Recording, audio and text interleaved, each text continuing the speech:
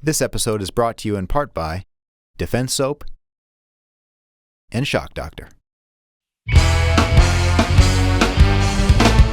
I'm an avid traveler, CEO of BudoVideos.com, and lifelong student of the martial arts, who strives to know more about the competitors and instructors who are revolutionizing the jiu-jitsu lifestyle.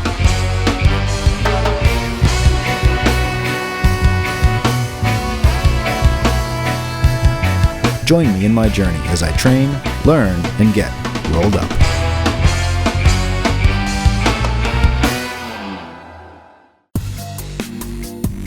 Descendant of Japanese judo, the Russian martial art of Sambo abides as an amalgamation of combat sports. Literally translated as self-defense without weapons, Sambo was developed in the early 1920s by the Soviet Red Army. Their mission?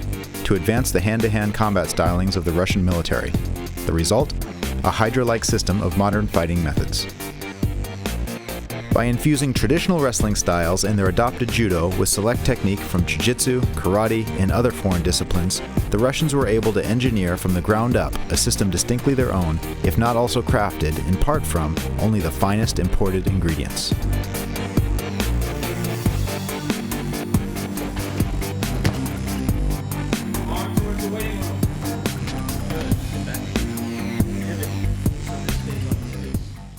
I think I've been training with Steve now for about 2.5 years. What I like about Sambo is it's the closest you can get to MMA without it being MMA. So you can pretty much, do as you please. We're not too, and you don't have to worry about the rules too much. My experience training with Steve has been an interesting one. He's not a very traditional coach, where his way or no way. He gives you something, and he lets you tweak it to the way you feel it works, and he says that's the way it's supposed to be done. I wouldn't say I train jiu-jitsu and Sambo because I strictly train no gi. So I'm not in a jiu-jitsu gi and I'm not really in a Sambo Kurtica either. The differences are the rules. When you come down to competition like anything else, the styles develop according to the rules. So Sambo has more sophisticated leg locks because they allow for leg locks and not chokes. Or jiu-jitsu, they don't allow for a lot of leg locks, so they have more sophisticated chokes. Regarded as the preeminent Sambo authority in the U.S., Stephen Kepfer, or Sambo Steve, is the president and co-founder of the American Sambo Association. At his academy here in the Hell's Kitchen neighborhood of New York, Steve explains more about the rules and history of Sambo, debunking some popular myths about this martial art along the way. Steve, let's start with the basics of Sambo. I see guys in regular uniforms, in martial arts uniforms, in fatigues. What is Sambo? All right. It's a good question. It's a common question. First thing I do is I explain to people that Sambo term is sort of an umbrella term, right? Just like karate. So underneath karate, you've got Kyokushin, Goju, Ishinryu, all different kinds of karate. So underneath the umbrella Sambo, there's different flavors of Sambo. There's the military combat, hand-to-hand combat system, which is you see guys in fatigues and doing all that stuff. Then you've got the classic sort of sport Sambo with international sport variant, and you'll see the guys wearing the kurtka. Then you've got also the international version of combat Sambo, which is what Fedor used to do, right? And you'll see them in the kurtka, but wearing more like MMA gear, shin guards, gloves, headgear. And so depending on which Sambo club you go to and maybe what the lineage of the particular coach is, you might find a different type. You might, and for example, you might not even find a school that specializes in leg locks. That's one of the sort of misconceptions. I mean, my club does because my coach was really into it. But some other clubs that maybe just focus on strictly sport Sambo may not be using leg locks as much. So it really depends on the flavor of the coach and what their lineage is and what type of Sambo they're doing. So it's all Sambo.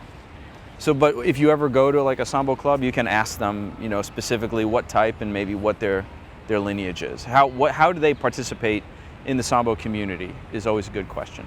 If they're military or police, they're just doing that, then they're just doing that, and so on and so on. And how does the ranking work? That's another big question. Ranking, worldwide, there's only one standard accepted ranking, which is the Master of Sport system, which is organized by the Russian Federation, formerly the Soviet Union.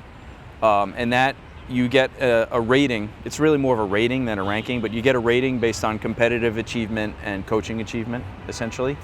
And then there's a whole step ladder of, of ratings that you can get based on winning regional tournaments, local tournaments, world championships, et cetera, et cetera. And same with coaches, if you coach, champions, et cetera. There's, at least for American Sambists, there was a short period of time in 15, 20 years ago when they tried to establish sort of an Asian style ranking system, black belts and color belts leading up to black belts. It was short-lived. It didn't fly very well. It doesn't fit within the culture of the sport. Sambo is much more like wrestling. Nobody gets a black belt in wrestling. Everybody knows who the good coaches are, who the good competitors are. And again, it all comes back to how active are they on the mat and in the community. So it's problematic because there are holdovers from that old system that are still within their own clubs giving ranks to people who have never been in a Sambo tournament in their entire life. So I would say if you hear from an instructor saying I have a black belt in Sambo, that should be a red flag. Not necessarily meaning that they're a bad grappler. I mean, like Amir Sadallah, for example, has a black belt in Sambo, okay, from his instructor who was part of that old sort of crew from way back, and they still use that system in their club. But that black belt in Sambo doesn't have any meaning universally or even within the American Sambo community. It only means as much as it might mean in that club. And for him, Amir's never done a Sambo tournament, and he doesn't train with the jacket. He doesn't, really participate in the Sambo world. So it's not exactly, and I'm not criticizing his skill. He's one of my favorite guys. You know what I mean? It's like I love him, but at the same time, it's not an accurate reflection of what Sambo is, Let's talk about sports Sambo for a minute. There's a lot of differences between that and jiu-jitsu, for example. As far as I understand, there's no chokes. Is that right? Well, yes and no. There's, in some versions of Sambo, they practice a lot of chokes. Like in the combat Sambo version, they're allowed to choke. International combat Sambo, you're allowed to choke. Historically, the international sport Sambo doesn't allow chokes.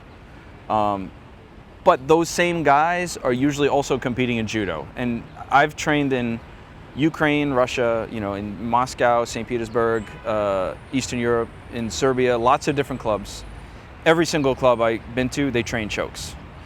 The philosophy there with Sambo and most of those clubs are we're going to just train for whatever rule set we're going to go into. So if it deals with chokes, we're going to learn chokes. And if they're doing judo, they're learning chokes. If they're doing combat Sambo, they're learning chokes. They may not be as sophisticated with them, say as like a BJJ guy, who will spend much more time practicing chokes.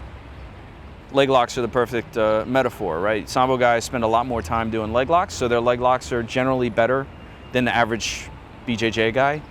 And I would probably say that the average BJJ guy has better chokes than the average Sambo guy, only because that's what they're practicing for that rule set, But it is a myth that Sambo doesn't have chokes. It's just a matter of, again, it goes back to which Sambo are they doing and what are they training for, At your academy, you train with the Kurtka and without a Nogi version. Is that common for Sambo schools to have both? Again, it depends, but I would say if you're going to a school that claims to be a Sambo school and they're not training with the Kurtka, that's a problem. So it kind of reminds me of the sort of no-gi-gi debate with BJJ. Is it BJJ if you're not doing the gi, and et cetera, et cetera. In Sambo, there's a similar sort of debate going on, but generally speaking, most people will consider if you're a Sambo guy, you must have some knowledge of the Kurtka, Combat Sambo schools may not be using the Kurtka as much, Like my coach, for example, we did probably about 50-50, Kurtka, no Kurtka. I know other Sambo schools where that's all they do, Kurtka. I don't know too many Sambo schools that don't do at least some jacket, And also America, where we function in the American grappling scene is very different than, say, Russia. There's no grappling scene in Russia, but there's a massive Sambo tournament scene. It's the opposite here. So we're always having to adapt to competing against judo guys, jiu-jitsu guys, grappling tournaments.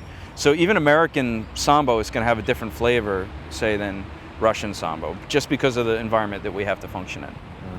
You mentioned other grappling tournaments, IBJJF tournaments, for example. They don't allow leg reaping, which is the outside leg crossing over the knee. Sure. How do your guys adapt to that, and do you see many injuries from knee reaping? We only have a handful of guys that do IBJJF tournaments, and most of them are guys that cross-train with us from other, so they have BJJ ranks, and so they're commonly doing both.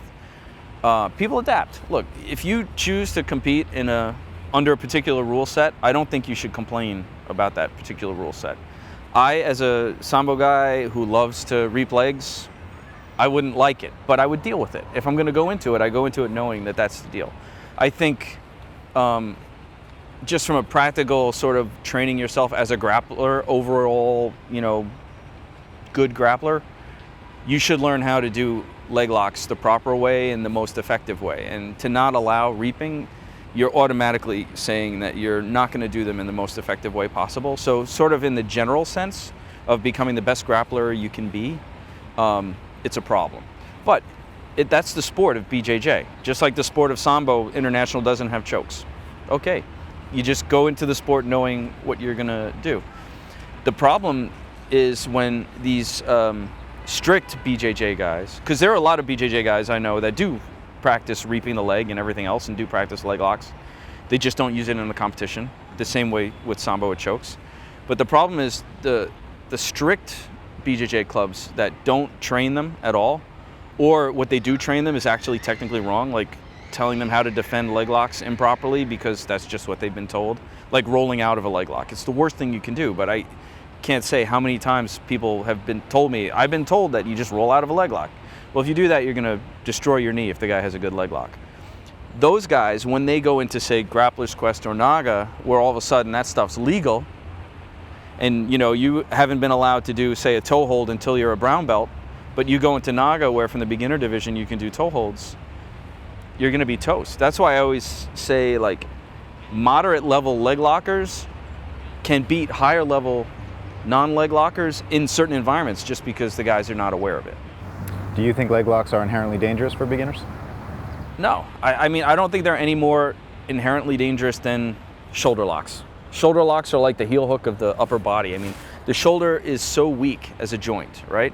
And I see guys practicing rolling shoulder locks and all these crazy shoulder locks, which your rotator cuff muscles have like no strength to resist that kind of stuff, and there's a lot of guys that get shoulder injuries. Any injury that happens in training, other than sort of the accidental like freak thing that just happens, in my opinion, is a reflection of the coach. Because nothing should be too dangerous to practice if you have a diligent coach overseeing the training, making sure like, okay, this is where you stop, teaching people how to train properly. So I think injuries are more a reflection of learning methodology and teaching methodology within a club than it is about an actual technique. Yeah. Now, aside from techniques, can you encapsulate what the Sambo strategy or philosophy is regarding a fight? Sure. I mean, essentially, Sambo sort of evolved from, the hand-to-hand system, and even the sport versions reflect that sort of goal of ending a fight quickly.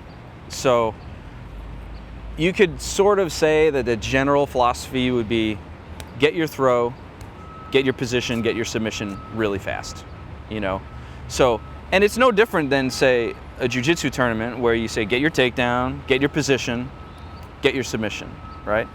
The difference is that and all strategies are based on rules, right? So there's, again, kind of like what's better or what's worse. It all depends on the rules. But in Sambo, you don't get points for different positions. So people aren't wasting time going from position to position just to rack up points like what's happening in a lot of the sport grappling tournaments. I get my pin. I can get some points with a pin, which is a position, chest to chest, either side or scarf or north-south. Believe it or not, you can even pin somebody from inside their guard, so that's like dangerous, in a sports Sambo tournament. But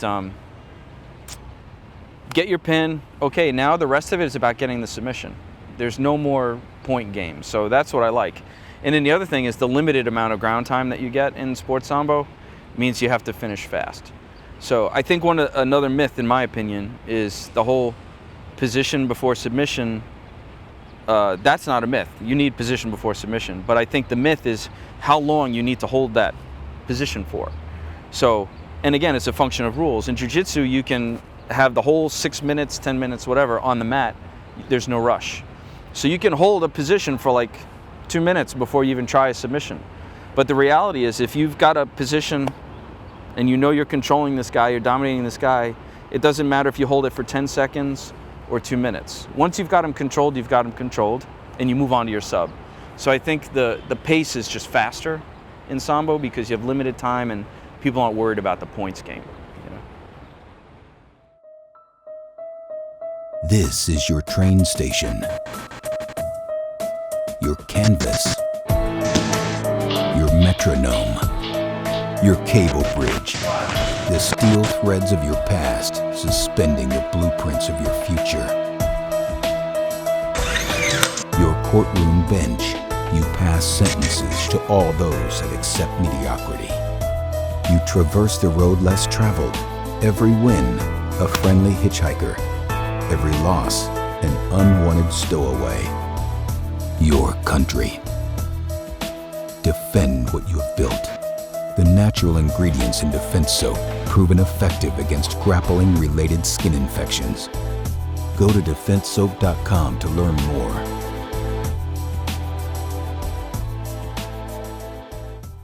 So Jake, we're just gonna assume I opened your guard already. Okay, so we'll start from an open guard. So there's a couple of philosophies with leg locks I just want to focus on, and that will apply to all other more advanced variations of leg locks. So we're gonna start with basic Achilles. And the reason why we always attack Achilles first, even if I want to do heel hook or toe hold or something else, is that this is what keeps me and you connected, right? So if I sit back for, let's say, a heel hook right away and I don't have good control over your leg, you're just going to roll out, I might lose you, whatever, okay? But this keeps us connected, right? Until I'm able to acquire good leg control. So first rule is, and by the way, if I'm attacking Achilles, a lot of guys will immediately pull their leg away. That tightens it for me. That actually gives me a better lock, okay? So first rule, always attack the Achilles, even if you're gonna finish with something else later. Okay, second rule, we always prefer to attack the target ankle on our high side, right? Not our low side. So, for example, right? Let's say this is high side, outside, right? This would be low side, inside, right?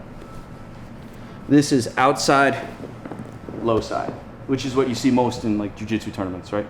And then this would be inside, high side, right? Second most, because of 50-50 and outside leg triangles are common, but these are least common in Sambo tournaments and other things because they're harder to finish. So our preference is always high side, outside. Start with the Achilles, okay? So the first principle, I'll do it on this side. The first principle is, just like with the elbow crush before, we want to get the radius, the little bump of our radius. The radius is the outside of the thumb, the outside of your arm. You can always think of it, because if you stand like this and that, Michael Jackson? No, Michelangelo, right? Okay. Like whatever. That radiates out. You're like a sun, so the radius, that's how it got the name in Latin, right? So it's radius. Little history lesson. So the radius has to go right here. As deep as possible, not up here, all the way down. So the way we do that is we slide our arm down until it locks, right? So when we sit back for the leg lock, we want it to slide until it can't slide any further. And one way that you can help that is, before I sit back, I'm going to give you just a little counter push in that direction. Not a big, just a little thing. Now I'm locked into place. You could feel it, right? So from here, when I'm going to sit back, boom, slides in. Now I know, boom, I'm there. A lot of guys post up before they sit back, right? This is a telegraph. But even if you do post up, you know the rule. Don't post out here. You can grab my foot, post behind the butt. But I prefer not to post. So what we're going to do is, assuming I broke your guard and I've got some control here, either with my forearm or my knee, right? This leg, I'm just gonna windshield wiper like this. Remember that we were doing the back rolls before, like this. This is my motion, right? Boom. That way I can maintain our connection, stay closer, and I'm not telegraphing that I'm gonna sit back. So once I'm here, see I clear this pathway for my knee to come through. I'm doing that sit, and then over. And you felt the slide back, right? Mm-hmm. So, open the guard. I do a windshield wiper on my left. This one reaps. And as I sit back, I slide. You'll see my shoulder motion is very important. Boom, like that.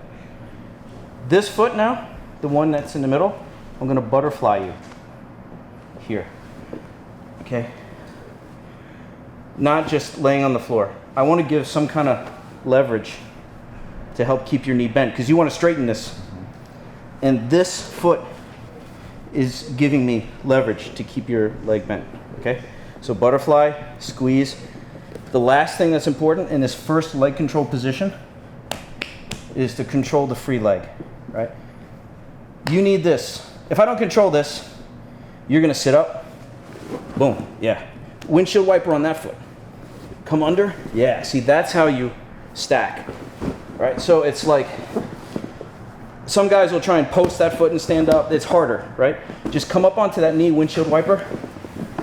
That's how you do it, right? So for me to stop you, because all leg lock defense depends on your free leg, I have to control this, right? So this is what we call position one, first basic position. To finish the lock, let's say I sit back and I'm too high up on you. I didn't get the good position. I'm gonna use this, I'm gonna shrimp out a little, give myself some space, do that slide back, and then come back in.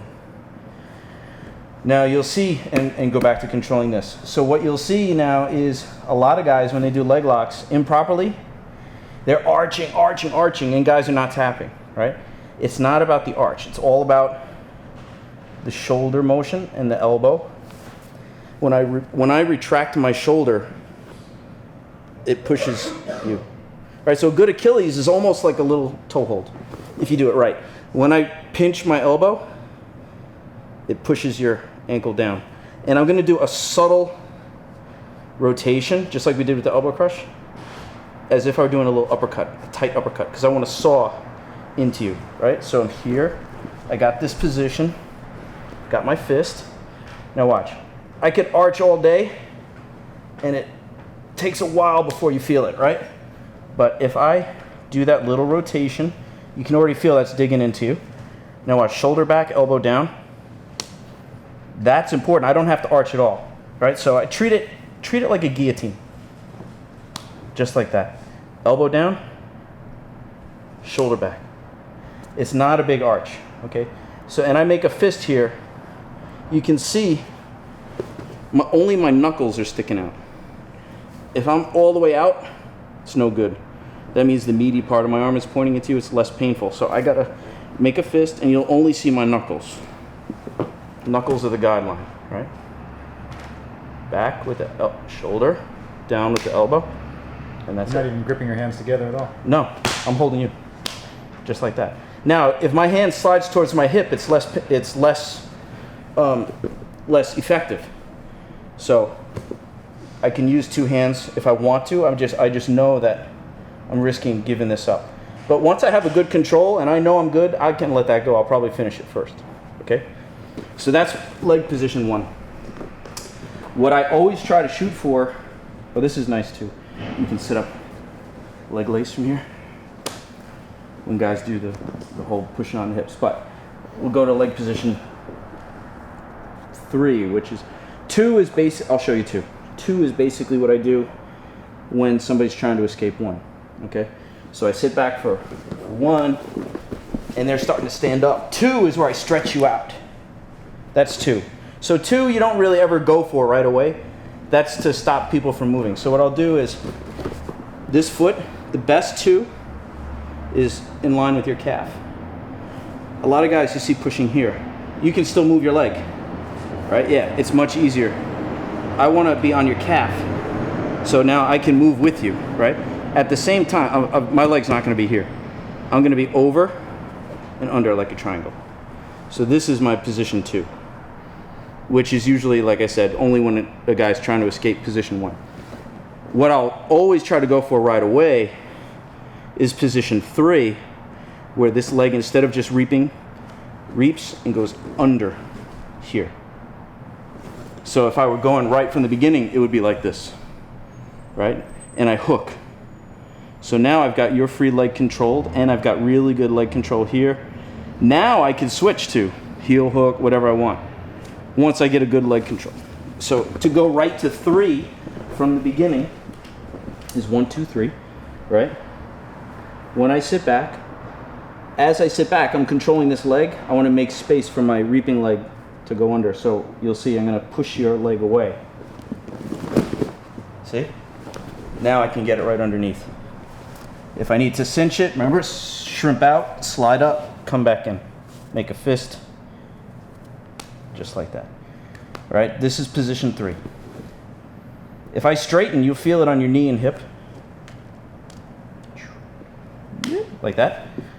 If you try to move this leg, there is or some guys, not like, if you go up, I can try and catch you here, like that. But that's sort of just depending on what you do. So, but this is the best position, 3. Still holding your foot, got this control, I got this control. I can relatively safely let go of your foot now, because I got this. The best position, the checkmate position, is position 4, where I bring my leg over, I pull you in, cross my feet. This is called leg knot, right? I don't get up on my elbow normally, I'm just doing that so I can talk to you. Usually just lay down. When you're on your elbow, you're taking away use of an arm. So now I have full use of my arm. So this is position 4. Now you're not getting out, you can't sit up, all that kind of stuff. If I stretch you, it really starts to... The only time I would go up on my arm is if I want to make it more of a hip attack or knee attack. See, because as I raise my body, your leg goes like this, right? So if I got this position, elbow, see, less pain, more pain, more pain. So the higher I go, the more twist there is on your knee and hip. So that's 1, 2, 3, 4. So we'll just do it real quick. Remember, slide. 1. Just wherever you end up is 1. 2. 3 is where you go underneath. You're back over here. 4. Over. Lock. And that's 1, 2, 3, 4. Everything else is a variation of that. So if you learn those 4, that's the foundation of every other leg lock, whether it's on high side, low side. You always want to get the hip and thigh control before you attack the foot. Are you always going for number 4 if you can? Right off the bat, I always try to go for 3.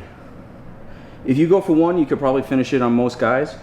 If they're more savvy, maybe not, because they're going to try and... Here. All right, so if I go for this, most guys, yeah, but that's even too late. So watch, you attack me, attack this foot, right? So they should be sitting up like this right away, the minute you sit back. So just like you were checking a kick, right? You're creating a shield here. This is like a kick coming over. So you're in my guard, right? You sit back. If I wait till now, it's going to be much harder for me. So the minute you sit back, I got to rock up with you, up here, okay? And again, actually attack this one so I can windshield wiper on my good knee.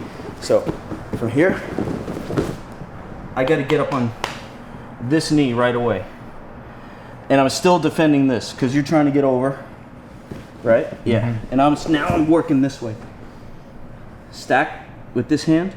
You can do this, right? Better, if you have the space, if he doesn't have a good lock, is to underhook here. With my arm in here, you can't ankle lock me, right? So then I can come here, grip, and sprawl, and escape that way, right?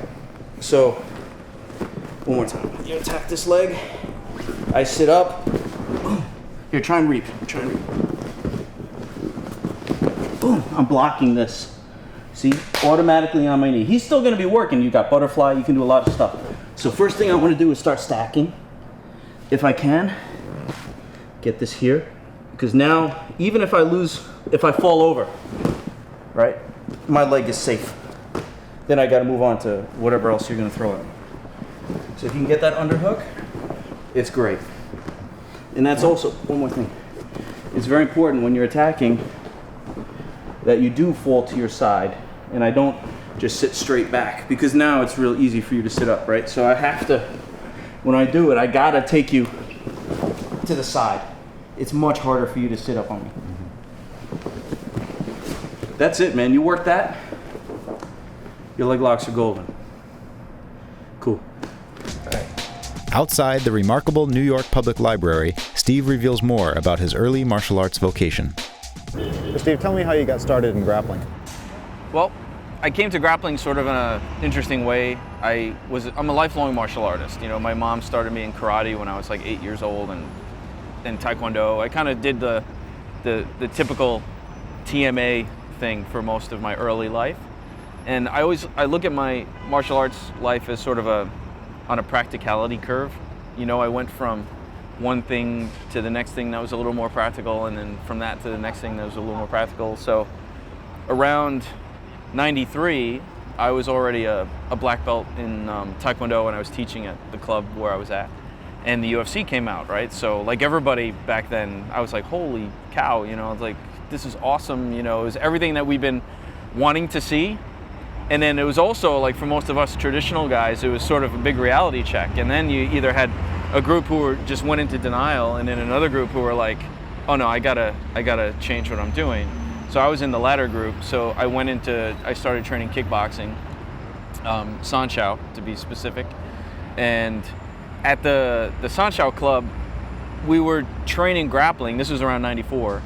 We were training grappling, but in a very like early 90s kind of way. You know, like we didn't have a great coach, and we were just watching videos and getting what we could and practicing, you know, and going to compete and just doing it. Like, so I competed in the first Grappler's Quest and the first in the Jean LaBelle World Championships up in Toronto. And I wasn't a great grappler, but I was just out there doing it because it was so cool. And then sort of around that year, 98, where Grappler's Quest and the Jean LaBelle tournament happened, I decided I need to move on again. And a friend of mine had recommended a coach here that was teaching Sambo. And I had no real experience with Sambo other than having met Oleg Taktarov and Koepfer and up at the Jean LaBelle tournament. That was my first real experience with Sambo. And I knew I liked it. And what was interesting is that tournament, like the three big names there were Koepfer, Jean LaBelle, and Taktarov, none of whom were like BJJ guys. So sort of my first introduction to grappling was from that side of the grappling world. So I heard about this Sambo coach here in the city, Alex Barkov, and I went to train with him, and that was in 99. And then I was hooked, you know, and then been training ever since. And then in 2003, he moved back home to Russia. So I've been to Russia every year since then to train, and not just with him, with another Sambo coach, Igor Kuronoy, and you know, so I just fell in love with it, you know. And what's your role in Sambo in America as a whole? In America, Sambo is still obviously small compared to, say, BJJ, but we're growing, and I think MMA has been really important for the growth of Sambo in this country, because it's what's introduced a lot of the sort of noobs and non-fans to what Sambo is. My role depends on who you ask. Like, so I'm the president of the American Sambo Association, right? So we're the largest Sambo organization in the country, but we're not the only one. There's also the AASF, which is the American Amateur Sambo Federation, and there's another group called USA Sambo that's newer. So there are several groups, and most of us, you know, we're cool with each other and whatever, but the ASA is the largest. I've become somewhat, I think, a figurehead. You know, like when people think of Sambo, they think of the ASA only because I've spent so many years sort of pushing it and promoting it, you know. I'm by far not the best Sambo guy in this country, but I think I'm the one with the loudest mouth, basically, you know. And so I sort of see my role as someone who's really helping push the sport to a new level in this country and introduce people and educate people about the sport. And of course, you know, I love coaching, so I love training the guys. And I mean, I kind of love, and this might sound a little egotistical, but I love going to grappling tournaments where we're like the only non-jiu-jitsu person there, team there, and winning. That to me is the best. And it's not about Sambo being better than jiu-jitsu. I mean, it's not that. It's just about being able to shine in an environment where you're sort of the underdog, you know. So I like that. So. What are your thoughts on the future of Sambo in America? Sambo is going to keep growing. I think it's intimately connected with mixed martial arts. You know, I mean, if you look at our organization, we started in 2004, and we just had like 1 or 2 members, and now we have member clubs in 22 states and 3 countries. And we've gone from doing, you know, just 1 national tournament to starting to offer regional tournaments. Like, for example, our Texas Open, this will be the 3rd year that we're doing it. And this year we did our North American tournament the first time in Montreal. So we want to grow. I mean, I really think the most important factor for the growth of Sambo in this country is to offer more tournament opportunities and to encourage other grapplers to try it, and also to be able to, as trivial as this might sound, to have regular supply of Kurtka. That's one of the biggest problems we've had, because importing them is super expensive from Russia or Bulgaria, where we usually get them, and finding good domestic manufacturers is also difficult. So we're working on building a website now. We're working with the manufacturer, so hopefully soon we'll have a regular supply. But it's hard to encourage people to compete in a sport where the uniform for the sport is not regularly available. So that's a big part of growing the sport. All right, so another position that I find in regular grappling tournaments is underutilized and underrespected is the head and arm, or what we call scarf. I know a lot of jiu-jitsu guys call this scarf. When they come to the side like this, they'll go under the armpit. This is good, but it's not the position we're going to work. And one of the reasons I don't like this is because you have total free use of your arm and your neck, and control the neck to control the man, right? So we're going to work under the neck here, right? So there's a lot of fundamental mistakes that people make. The first one is allowing your head to touch the floor. That's the first mistake, right? Because if your head's on the floor, you can bridge, boom, right? So first thing you want to do is keep your head off the floor. So I hook my arm into the curve of the back of your head, the occiput, and I grab my inner thigh. Keep your head, now bridge. It's much harder, right? So I'm keeping you down. The second mistake, this leg here is bent. A lot of guys are bent, okay? That makes it, again, easier for you to bridge. So you bridge, I'm go up on my knee. And see what happens? In order to stop from falling over, I have to let go of you. So when you bridge, I let go. And that gives you the space to escape, right? Or take my back or whatever. So when you're here, I have your head elevated, and my leg is 12 o'clock. Your legs are 6 o'clock. We're lined up, right? This stops you. Now bridge. See? This locks it into place. You can't bridge with that leg up there. Bridge again, hard. It's not going to happen. This is a bolster, right? Now, third thing. This leg, a lot of guys keep it too close. Especially, you see guys like real tight up here. It's much easier for you to roll people like this, or bridge and roll them, right? So, see, roll me towards the waiting room. Roll me over that. Yeah, like that, like that. So, now watch the difference. My leg extended. I'm not even doing this one, just my leg extended. You can't roll me because now my center of gravity is lower. Roll me. Yep.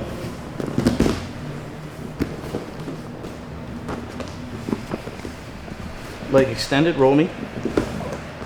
Big difference. It's leverage. So when you take your head and arm pin, head up, leg out, away from his legs, not so he can take your back, right? Now this is very stable, and your head next to his head, holding the arm. The last thing I like to do is listen to my opponent breathe. Every time you exhale, I slide lower into you. I'm keeping this nice and tight. He breathes in, exhale, slide in. You can, if you do this right, you can submit people from here. It's like a chest compression, right? Boom. You're gonna control a dude here forever if you have a good one. It's very hard for him to come to your back because he's so flattened, right? If you're up high on a guy, he can move. Yeah, exactly. Oh, by the way, do that. Knee bar. That's one of my favorite baits. But so you don't want to be up high. So every time the guy breathes, you slide down, lower to the ground, low. Right? Now this is one of my favorites from here. Shoulder lock. See? Pinch his wrist. I'm going to slide deep behind his elbow to my hand. Pinch the wrist and just lift. It's a nice shoulder lock. Because guys will give you this because they're expecting this and all the other stuff. They're expecting all this stuff. So what I'm doing here, they'll oftentimes grab you, slide in, get behind their elbow. Their elbow has to be 90-degree angle, and just lift their elbow towards your nose. Shoulder lock. It's a Kimura, basically. So this, I find, is an awesome position that people don't use a lot, and when they get caught in it, they don't know what to do. So it's a great position. It's great. Cool.